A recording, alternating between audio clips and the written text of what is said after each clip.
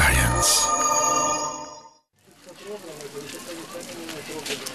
Eugène a 5 ans. Il souffre d'une maladie génétique qui ralentit son développement. Ses parents l'ont emmené dans une station balnéaire au nord de Bali.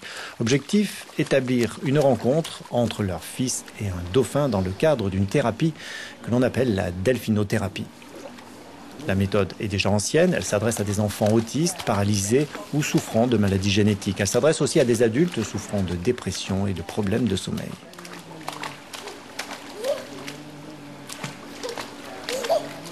Deux choses sont importantes.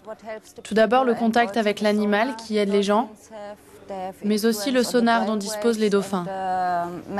Il y a de l'influence sur les ondes du cerveau et sur les membranes des cellules, ce qui améliore plusieurs choses, comme la motricité ou la parole.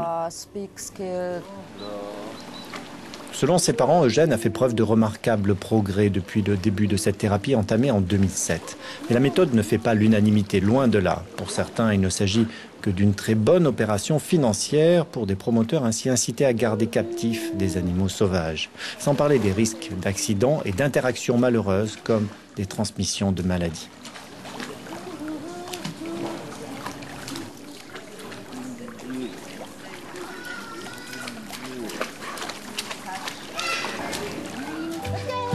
On reste avec les dauphins, mais cette fois en Floride, où des chercheurs testent les fonctions cognitives de ces mammifères marins. Et ils étudient plus particulièrement l'aptitude de copier et de reproduire en mouvement.